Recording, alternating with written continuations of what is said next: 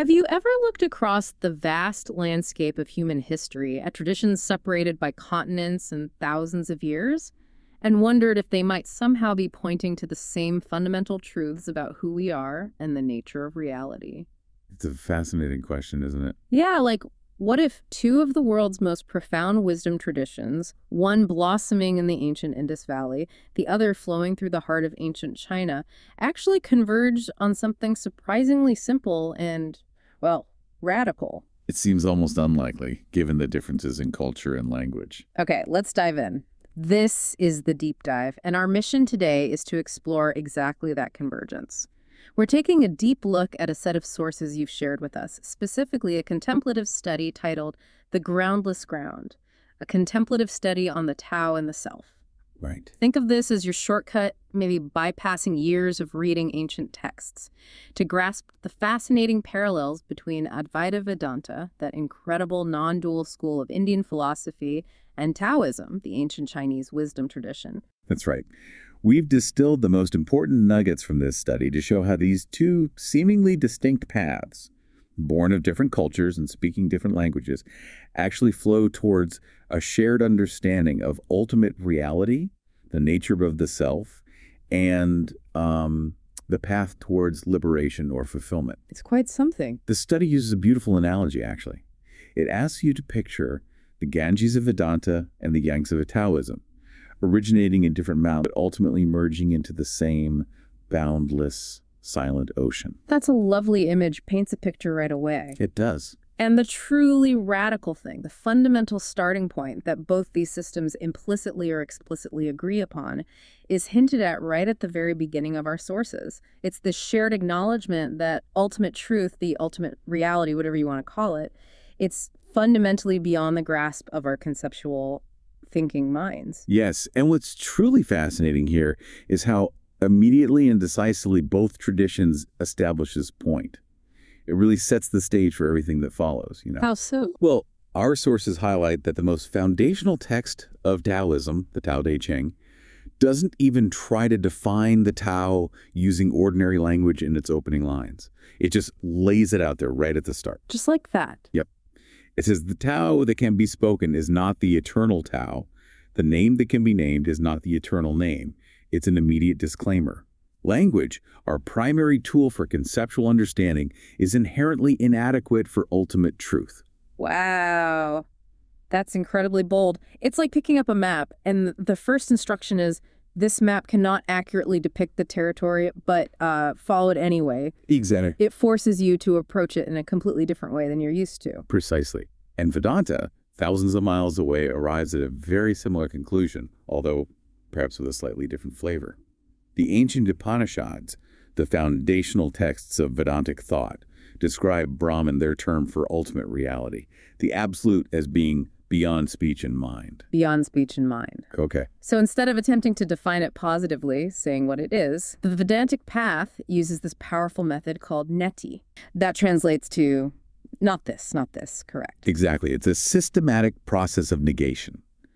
You look at everything you can perceive or conceive, your thoughts, your feelings, the physical world, other people, concepts like time or space, and you ask, is this ultimate reality? No, neti. Is that ultimate reality? No, neti. You keep negating everything that could be made an object of the mind or senses, precisely because reality cannot be circumscribed, limited, or pinned down by any affirmative definition or concept we can form.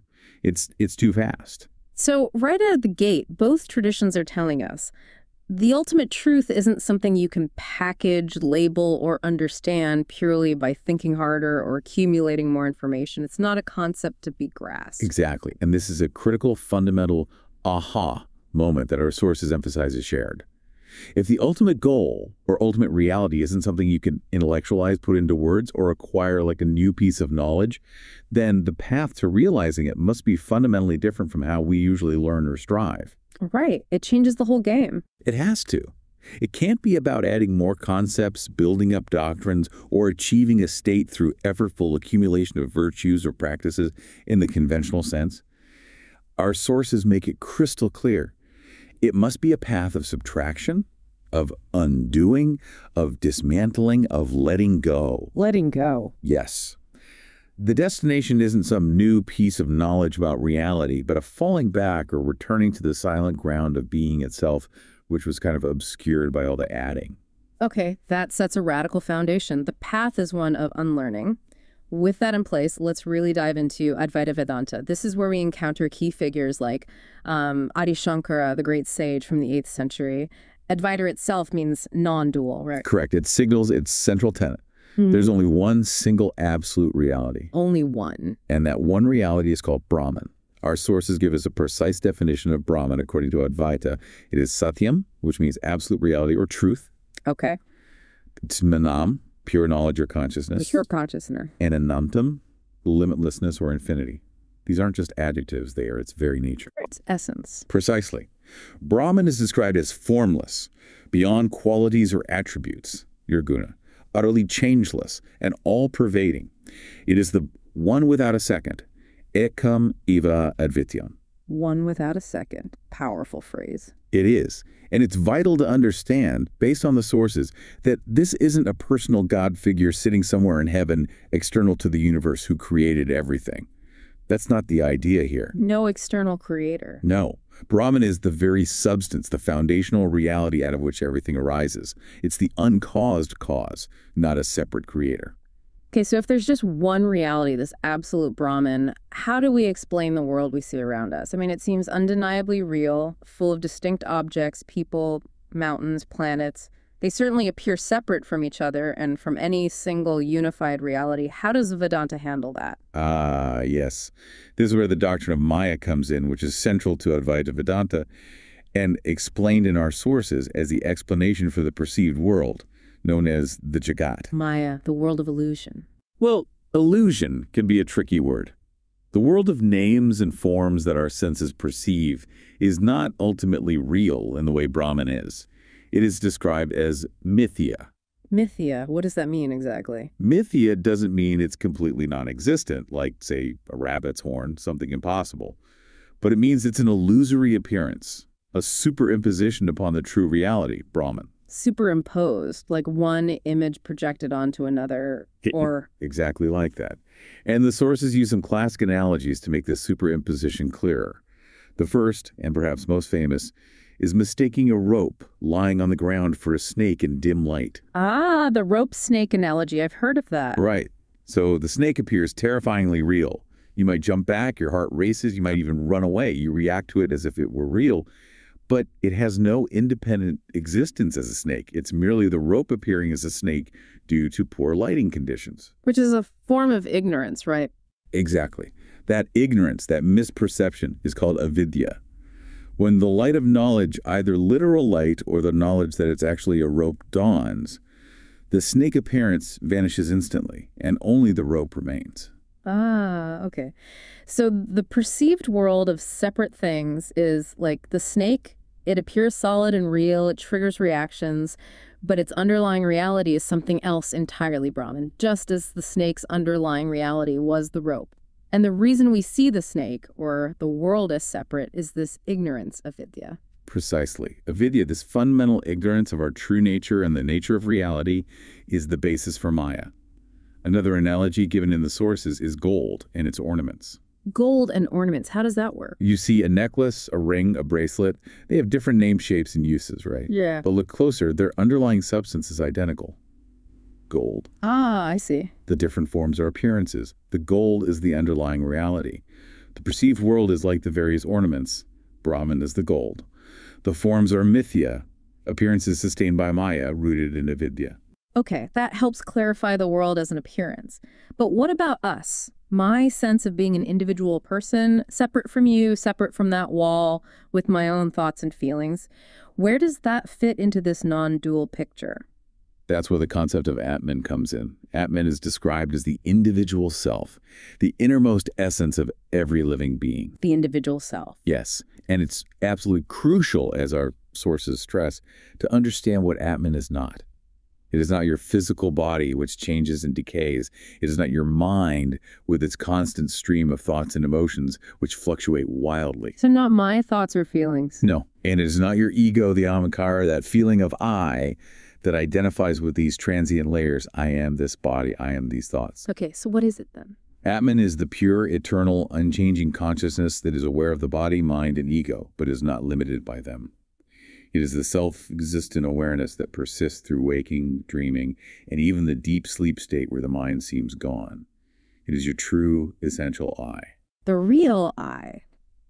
And this is where Advaita makes its most famous and, frankly, mind-blowing declaration, right? The ultimate identity. Absolutely. This is the core teaching, the most radical insight. The absolute non-negotiable identity of Atman and Brahman. The individual self is the ultimate reality. Yes. The perceived separation between your individual self, Atman, and the ultimate universal reality, Brahman, is the fundamental illusion created by Maya and sustained by avidya. This truth isn't something you achieve. It's the eternal fact of your being. Wow. And this is proclaimed in the Mahavakyas, the great utterances from the Upanishads. Give us a couple of those. They're powerful. What do they actually say? The sources highlight these key ones. Tat Tivamasi, that thou art. Your individual self, Tivam, is identical to that absolute reality, Tat. That thou art. Then there's Aham Brahmasmi, I am Brahman, a direct first-person declaration of this truth. I am Brahman. And I am Atma Brahma. This self is Brahman, all pointing relentlessly to the same single, non-dual reality. And just to reiterate, because this is the key insight, right? These aren't saying you will eventually merge with Brahman or become Brahman in the future after death or something. No, absolutely not. They are declaring that you already are Brahman and always have been. Liberation moksha isn't about attaining something new, but realizing what you never ceased to be. Precisely. You've got it. The suffering comes from forgetting this, from identifying with the limited snake appearance, the body-mind-ego complex, instead of the unlimited rope reality, which is Atman Brahman. The path is about waking up to this inherent truth. So how do you actually do that? It sounds like a profound philosophical concept, but how do you make that leap from understanding it intellectually, like we're doing now, to realizing it experientially, deep down? Crucial question. This leads us to the practical heart of Vedantic practice, captured in the concept of the self as the Sakshi, the silent witness. The Sakshi, the witness. Yes. The Upanishads poetically call it the unseen seer of sight, the unheard hearer of hearing, the unknown knower of knowledge. It's pure awareness, consciousness itself, but fundamentally non-participating. It illuminates all your experiences, the waking state, the dream state, even the deep sleep state where the mind is gone, but it remains untouched and unchanged by them. So it's like the light in a room. It lights up everything, but the light itself isn't affected by what it illuminates. That's a good way to think about it. It's the light by which everything is seen, but it can never itself be made an object of seeing, hearing, or thinking. Like the eye can see everything, but cannot see itself. That's the perfect analogy provided in the source. The eye is the instrument of seeing, the subject of sight, but you can't perceive your own eye directly with that same eye. The Sakshi is the ultimate subject, the very ground of the experiencer. And you don't know it by making it an object of knowledge, but by being it. And this concept provides the key to the path. The practice is a radical shift in identification. Instead of focusing attention outward on the objects of consciousness, your thoughts, feelings, sensations, the world, you turn awareness inward. How? You learn to simply abide as the awareness that perceives them, the Sakshi. You rest as the witness. So just watch thoughts go by without getting involved. Essentially, yes. It's withdrawing attention from the content and resting in the context, the awareness itself. Now, this explicit formulation of a transcendental witnessing self-purusha in some schools, Sakshi here, that is distinct from the phenomenal world, Prakriti, is a very specific Vedantic approach. Okay, a distinction. Yeah. While Taoism deeply values stillness and awareness, as we'll see, it doesn't typically frame it with this same exact doctrine of a separate transcendental witness standing apart from nature. The Vedantic path is very much about this radical disidentification from the world of appearances to realize that unchanging noumenal self. That's a key distinction. Good point. Let's make that transition then. Let's move east to China and explore Taoism, focusing on the way that cannot be named. Yes. And as we touched on earlier, it echoes Vedanta's starting point by immediately emphasizing ineffability. Remember the Tao Te Ching opening. The Tao that can be told is not the eternal Tao. Exactly. The name that can be named is not the eternal name. This immediately sets aside language and conceptual understanding as the primary means to grasp ultimate truth. So if you can't name or describe the Tao, how do they even talk about it in the text? It seems like a paradox right there. It is, and they embrace the paradox. They Yeah. speak about it, as our sources explain, primarily through, well, paradox, analogy, and describing its effects or qualities in the world, rather than defining the thing itself. Okay, so pointing towards it indirectly. Exactly. The Tao is described as the nameless, the formless, the mysterious source of all things, referred to as the mother of the 10,000 things. It's the ultimate principle underlying the universe, yet it's unseen, unheard, ungraspable by the senses or the intellect. Very much so. It is utterly serene, empty, solitary, and eternal, existing before heaven and earth. It's not a thing, but the fundamental way, the spontaneous underlying pattern or flow of reality. So it's less about a distinct entity like Brahman, maybe, and more about the fundamental process or principle of reality. Is that a fair way to put it? That's a good way to think about the difference in formulation, yes, although both point to something ineffable that is the source and substance of everything. Taoism often illustrates the Tao through its qualities that seem paradoxical from a conventional viewpoint. Like what? Give me an example. For example, it's described as being like water. Water. Yes, water is the softest thing in the world, yet it can wear away the hardest rock over time. This illustrates the power of yielding, flexibility, and persistence. Softness overcoming hardness. That's completely counterintuitive to our usual way of thinking about power, isn't it? Totally. It flips it on its head. It's also likened to an empty bellows or the hub of a wheel. The empty space. Exactly. Their utility doesn't come from the solid parts, but from the empty space within, which holds potential and allows function. The emptiness isn't nothingness. It's fertile potential. That reminds me a bit of the Vedantic idea that Brahman is not an object, but the space or consciousness that contains all objects. There's a resonance there. There's definitely a parallel in pointing to a fundamental emptiness or non-thing that is the source or ground. And a key metaphor for the Tao's primordial nature in Taoism is Pu. Yes, Pu, often translated as the uncarved block or original simplicity. The uncarved block. I like that. It represents the raw state of things, the pure potential, before human distinctions, names, desires, and carving tools impose form and limit that potential. To return to the uncarved block is seen as returning to one's true natural state, prior to the conditioning and complexities of civilization and ego. Returning to simplicity, shedding layers, it connects back to that idea of subtraction we talked about earlier. Exactly. It's a constant theme. And who better to help us understand these elusive ideas through stories and humor than the great Taoist sage Zhuangzi? Oh, Zhuangzi, yes, Yeah. who lived around the 4th century BCE. He is indeed brilliant because he actively avoids trying to define the Tao logically or systematically. As our sources show, he uses humor, paradox, and these wonderful, often absurd allegories to deliberately disorient the logical mind. To shake things up. Precisely. To open up the possibility of direct, intuitive understanding. His stories are meant to rattle your conventional assumptions about reality, self, and value. Like the famous butterfly dream. That one always gets people thinking. It's perfect for illustrating the Taoist perspective on reality. Zhuangzi recounts dreaming he was a butterfly, flitting about happily, completely unaware he was Zhuangzi. Just a butterfly. Just a butterfly. When he woke up, he was Zhuangzi again, but he was left wondering, was he Zhuangzi who had dreamt of being a butterfly, or was he now a butterfly dreaming he was Zhuangzi? Whoa. This story beautifully dissolves the rigid boundaries we usually hold between self and other, subject and object, reality and illusion. It points to the constant transformation of things, wuhua, the idea that reality is not fixed, but a continuous dynamic process of change. Nothing is static. That story makes my head spin in the most delightful way. It really challenges that solid sense of, I am this fixed person. What about the useless tree? That's another one, right? The useless tree allegory is another gem for illustrating the paradoxical nature of the Tao's wisdom, which often runs counter to human valuation. There's this huge, gnarled, twisted old tree that's completely useless to carpenters.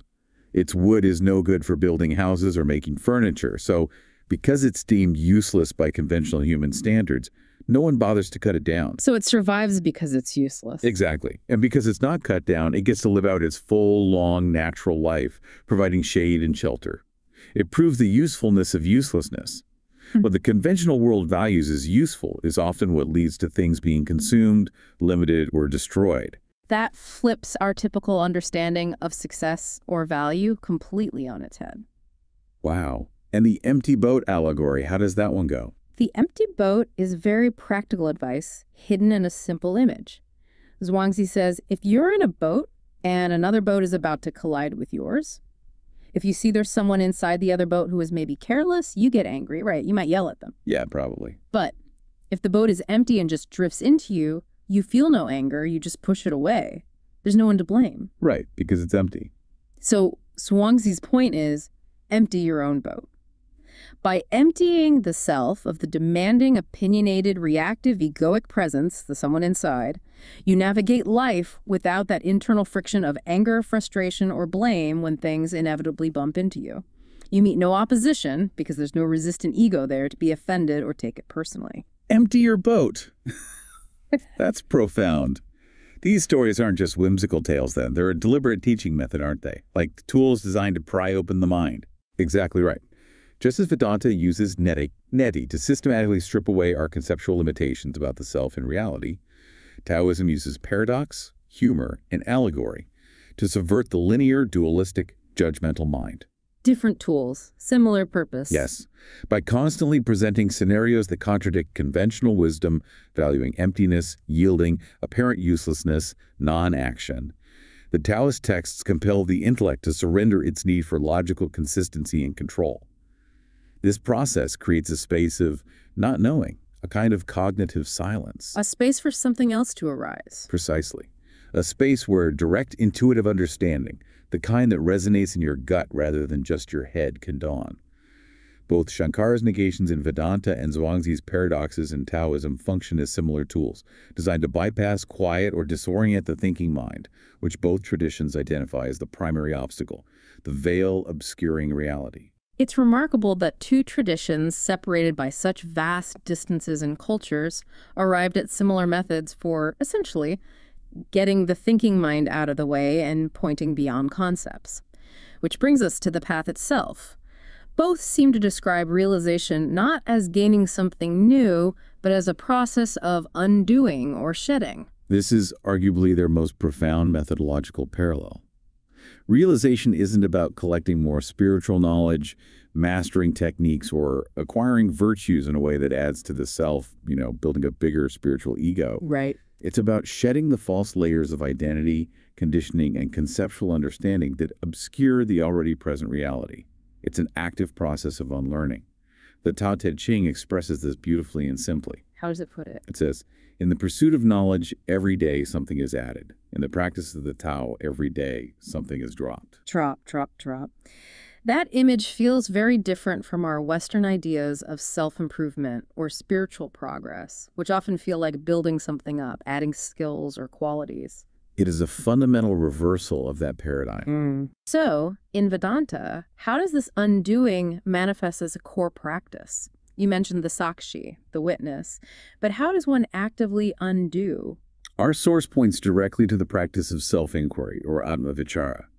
This is often associated with the 20th century sage Ramana Maharshi, who lived on the sacred mountain of Arunachala in South India. Ramana Maharshi, yes. This is considered the most direct approach within the Vedantic path of knowledge, jnana yoga.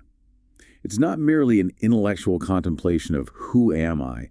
It's a focused, experiential act of turning attention inward to find the very source of the I thought. The source of the I thought. Yes, that subjective feeling of being a separate me that seems to underlie all our other thoughts and experiences. Okay, let's walk through that practical aspect. So if I'm doing self-inquiry and a thought arises, like I'm worried about work, what do I do? How does the inquiry work?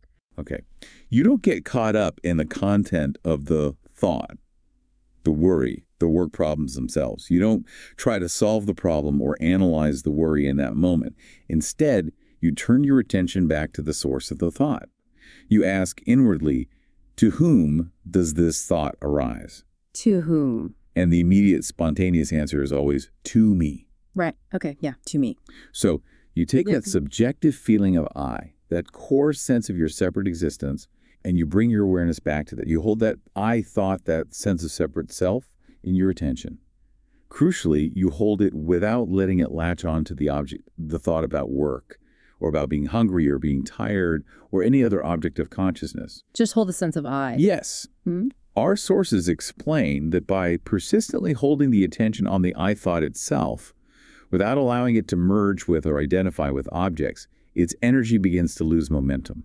It kind of peters out. It subsides and dissolves back into its source, Which is, which Ramana Maharshi called the spiritual heart, the ultimate reality, Brahman, the self. so it's a systematic way of starving the ego of its food, which is identification with thoughts and objects, cutting off its fuel supply. Precisely.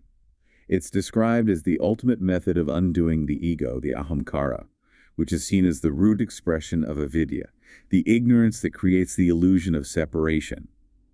It's immediate viveka discrimination between the real self and the false self, and virajya detachment from the transient contents of the mind, all rolled into one focused practice. It's a focused act of shedding identification. Powerful. And in Taoism, the corresponding path of undoing is Wu Wei, you said. Yes, Wu Wei, often translated as non-action or effortless action. But as our sources emphasize, it's really crucial not to misunderstand this as mere passivity or laziness. That's a common misconception. Right, it's not about sitting on the couch all day. Not at all. Wu Wei is a state of dynamic, intelligent harmony that arises from being deeply aligned with the fundamental flow of the Tao.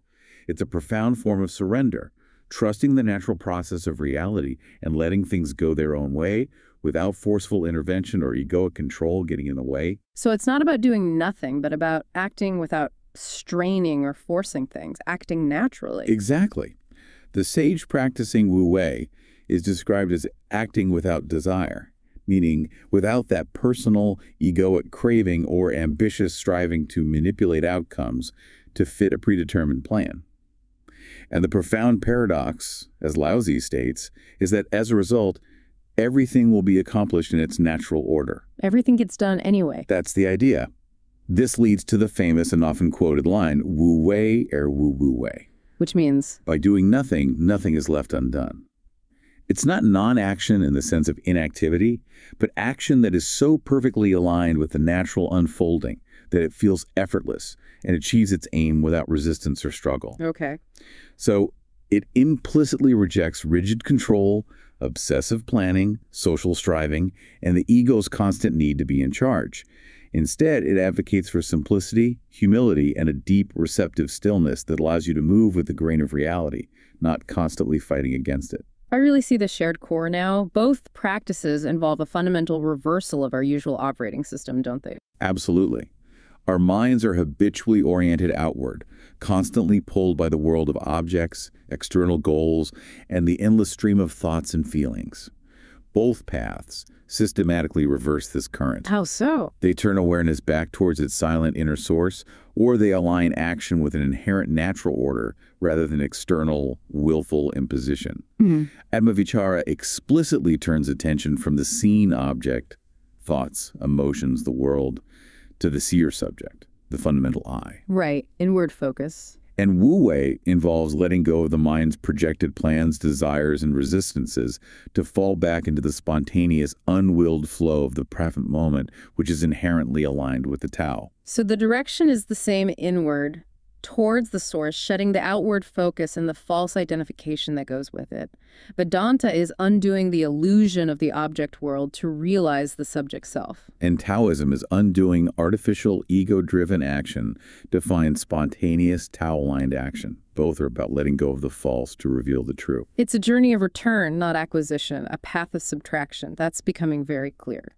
And what is the environment, the context maybe, in which this undoing happens, where the false dissolves and the true nature is revealed? Both traditions seem to hold a profound reverence for silence. They absolutely do. And crucially, they understand silence not merely as the absence of noise or activity, but as a fundamental aspect of reality itself. It's not an empty void, but what could be called a plenum of being, a fertile emptiness or potent stillness. A plenum of being, I like that. In Vedanta, this is Mona, silence. It's considered the ultimate teaching, the very nature of the self existing prior to the first movement of thought. The Upanishads contain verses that say things like, when thoughts become silent, the soul finds peace in its own source. So inner silence isn't just having quiet time, it's the state where the mind's waves subside and you actually connect with the underlying ocean, the source itself. Exactly. It's where the turbulent waves of mental activity cease. The illusion of the separate ego dissolves, and you see the vast, still ocean of the self that was always there, just beneath the surface commotion. In a sense, silence is the final word in Advaita, the ultimate state that negates all other words and concepts because it is the reality they point to. And in Taoism, stillness is also paramount, isn't it? Absolutely central. Stillness is seen as the source of clarity, insight, and effective action aligned with Wu Wei. Laozi advises, use stillness to let what is troubled settle and grow clear.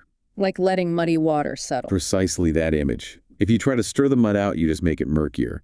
But if you leave it still, the sediment settles naturally and the water becomes clear on its own. Makes sense. And Zhuangzi using that beautiful image of the sage's mind as a mirror. A mirror. Yes.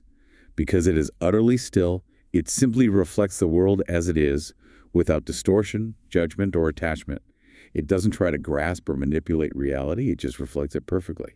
And there's that famous, almost paradoxical quote from the Tao Te Ching about knowing and speaking. Yes. Those who know do not speak, those who speak do not know. What's the significance of that? It points directly to a mode of knowing that is beyond verbal articulation, a pre-verbal, intuitive understanding of the Tao. True wisdom, from this perspective, isn't found in elaborate explanations or intellectual doctrines, but in a silent, direct communion with the way itself. So for both traditions, silence isn't just a means to an end, like a technique to get somewhere quiet. It's actually the fundamental nature of the destination itself. It is the reality they're pointing to. That's the crucial insight highlighted in the sources, yes. Silence isn't just a state to be achieved through effort. It's the ground state of reality that you recognize when the noise of the conceptualizing mind subsides. The ground state. Yes.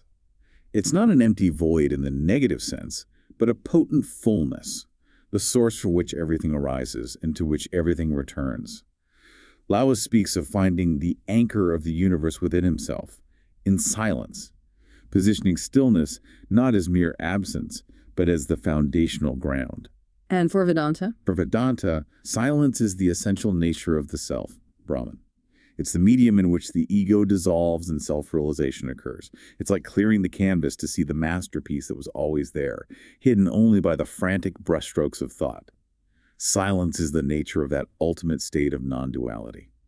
It's truly incredible how these ideas echo each other across such vast cultural and geographical divides. It really makes you wonder. And we see these ideas resonating even in the modern world, don't we? Thinkers who have tried to build bridges from these ancient philosophies to contemporary minds. Absolutely. Our sources mention figures like Alan Watts as a primary cultural translator in the 20th century, particularly in bringing Eastern thought, including Vedanta and Taoism, to the West. Watts, yeah. He had a real knack for making it accessible. He did. He had a brilliant knack for framing these profound ideas in accessible, often witty and playful language. He was very good at that. He talked a lot about the universe as a kind of spontaneous play, didn't he, Leela? Yes, exactly.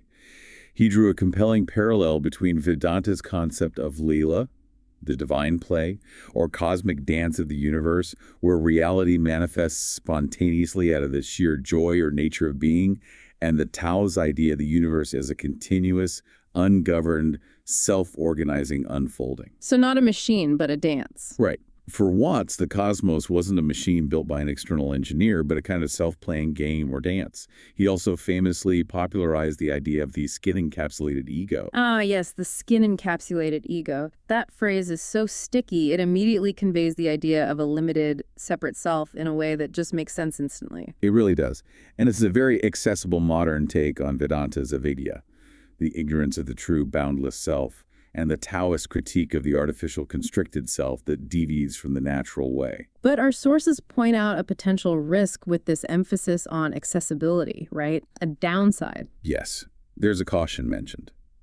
Critics, and even Watts himself acknowledged this at times, noted that While his framing was incredibly effective at introducing millions to these concepts, it could sometimes be interpreted as a kind of, well, lazy mysticism. Lazy mysticism. How so? By strongly emphasizing the Advaita insight that you are already enlightened, which is true in the ultimate ever-present sense. From the perspective of Brahman, it potentially downplays the necessity for rigorous discipline, sadhana in Vedanta, and the often challenging personal transformation and unlearning that are absolutely central to the original traditional paths. So it's not just about understanding the concept, it requires practice and effort to realize it fully. Exactly. It takes dedicated effort and unlearning to fully realize what you already are, even if the goal isn't about becoming something new. It's about removing the obstructions to seeing what's already true. Right. Who else has picked up these threads more recently and maybe simplified them further? Eckhart Tolle is mentioned in the sources as offering a radical simplification and demystification of these core ideas for a very broad contemporary audience. His core teaching is essentially that human suffering stems primarily from identifying with the incessant chatter of the thinking mind, constantly dwelling on the past or projecting into the future. The pain body, he calls it sometimes. Yes, and the constant mental noise.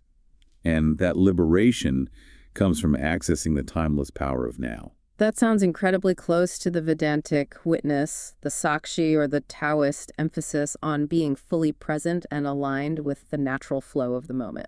It is a direct, experiential distillation of those principles, presented in very simple terms. His concept of presence is essentially a contemporary term for the witnessing awareness described in Vedanta and the state of harmonious, unfragmented being sought in Taoism. And his advice to just allow the present moment to be. Yes, his simple, practical instruction to allow the present moment to be, that is, to drop mental resistance to whatever's arising right now, is fundamentally a modern expression of wu-wei. It's letting things unfold naturally without the egoic mind fighting against reality. And like the ancient sages, he emphasizes that his words are just signposts, right? Pointing beyond the words themselves. Exactly. He makes it very clear that the words themselves aren't the truth, but tools, pointers, intended to guide you to the direct experience of the truth, which is ultimately beyond linguistic formulation. So we see this significant trend of decontextualization, taking the essential experiential insight out of its original complex traditional framework, pulling the diamond out of the setting, maybe. It's definitely a significant trend, and it has both benefits and risks, as the sources suggest. On one hand, extracting that core experiential essence makes these profound ideas accessible to millions of people who might never pick up a copy of the Upanishads or the Tao Te Ching. Yeah. It provides a gateway, an entry It's point. huge. It is. But as our sources note, it risks creating what's sometimes termed neo-Advaita, or a purely philosophical Taoism. While these simplified versions can offer incredibly potent insights and initiate a profound shift in perspective for many, they might be mistaken for the full demanding path, which, in its original context, was deeply embedded in rigorous practice, often community support, ethical transformation, and a rich tapestry of tradition and transmission. It's like being given a picture of the mountaintop without necessarily being shown the actual path or understanding the discipline needed for the climb itself. That's a very apt analogy, yes. The map is simplified, potentially leaving out some crucial terrain features. So pulling back now to synthesize this incredible journey, we started with the image of two great rivers, the Ganges of Vedanta and the Yangtze of Taoism, flowing from different origins. And merging into that single silent sea. Whether the ultimate reality is called Brahman, Tao, the self, the source, emptiness, or, as the study calls it, the groundless ground, the core invitation from both traditions is remarkably similar, isn't it? It really seems to be. What is that core invitation boiled down? Stop the frantic search for fulfillment in the external world of objects and achievements. Cease striving and resisting the fundamental flow of life, and simply rest in the profound truth of what already is, what you already are, beneath the surface noise. And despite their differing maths and languages, Vedanta's analytical inquiry into the I, Taoism's emphasis on intuitive yielding and flow, they point to the same silent peak of non-separation. Yes, the realization that the perceiver and the perceived, the subject and the object, are not ultimately two separate things. And the shared realization is that the foundation of existence isn't a solid, graspable, definable thing, but this dynamic, ineffable, empty fullness, a groundless ground. Exactly. It's not built on anything solid in the way we usually think. We saw this captured in the vivid images they use. Zhuangzi's empty boat, illustrating how life can be navigated effortlessly without friction when the ego's defensive presence is dissolved. Beautiful image. And the Upanishad's image of the two birds on a tree. Remember that one? Tell us again. One bird, representing the ego self, is busily eating the sweet and bitter fruits of worldly experience, getting caught up in pleasure and pain. The other bird, the silent witness self, just looks on, perfectly content, serene, untouched by the drama unfolding below. Two aspects within us. Yes. Both images, the empty boat and the witnessing bird, speak to a state of freedom and untouched awareness that is always present, always available, beneath the ego's activity. So this whole journey, this path of subtraction, isn't about finding something new to add to yourself, is it? No, not at all. It's the end of the search itself. It's where the seeker dissolves into the sought, realizing they were never separate in the first place. Adi Shankara's own description of his realization, which you quoted from the source, captures this radical dissolution beautifully. Can you share that again? Yes, it's quite stunning. He said something like, "My mind fell like a hailstone into that vast expanse of consciousness. Touching one drop of it, I melted away and became one with the Absolute.